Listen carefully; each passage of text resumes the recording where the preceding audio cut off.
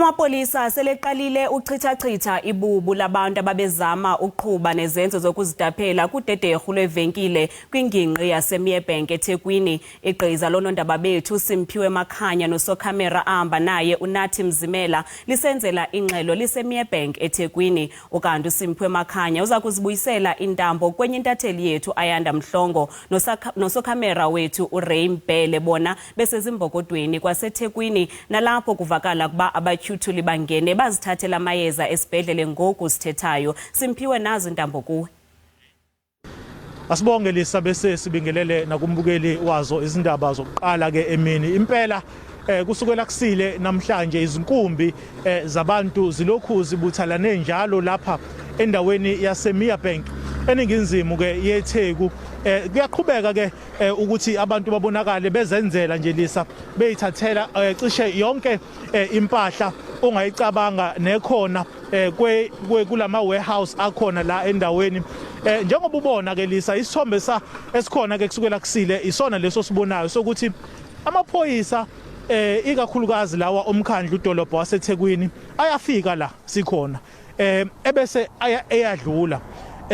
Akukho noyedwa esesike sambona ebanjwa emiswa amaphoyisa ebuzwa ukuthi lempahla ayiphethe ngakube uyithengile yini, embuza yonke leyo mbuzo emalungana nalokho. Nokukutshela ke lisa isithombe sokuthi impela amaphoyisa lapha esifundazweni kwaZulu Natal athole kanzima kulomkhuba oqhubekayo ukuthi abantu belokhu bezidaphela ke impahla.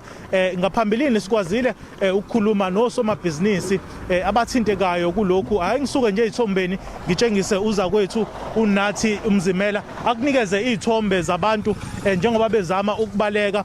Njengamanje into eyenzakala ukuthi sekunemoto efikile yamaphoyisa ezama ke ukubalekisa isixuku salabantu esilokhu siqhinqe la endaweni yaseMerebank. Akukho ke okutheni okwenzakalayo ngaphandle kwalokho lisa.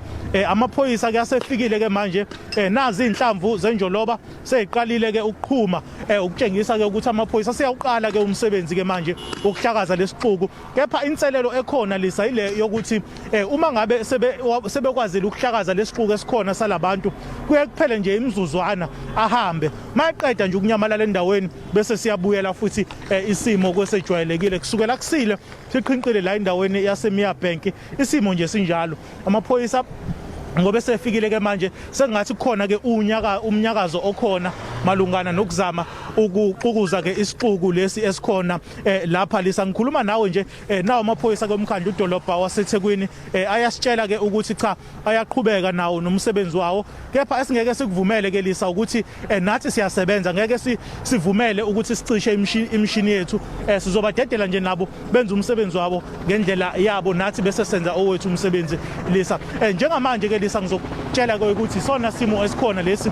Izolo ungqongqoshe wamaphoyisa umnumzane uBhekicele ushilo ukuthi amaphoyisa azojutshwa ke endaweni ezifana nalezi uqinisekisa ukuthi isimo siyakwazi ukulawuleka kanye namalungu ombutho wezokuvikela kuleli qophelo kolisa. Izona izithombe ezikhona la endaweni yaseMerebank eningizimu ke yeTheku. Amaphoyisa omkhandlu udolobha sefikile ahlakaza ke isixuku sabantu ebesilokhu sikhona la kusukela ngekhathi zasekuseni kakhulu lisa. Ngalowo mzuzu ke ngithathe intambo ngiyibusele kuza kwethu okhona futhi la esifundazweni uAyanda wakwamhlongo.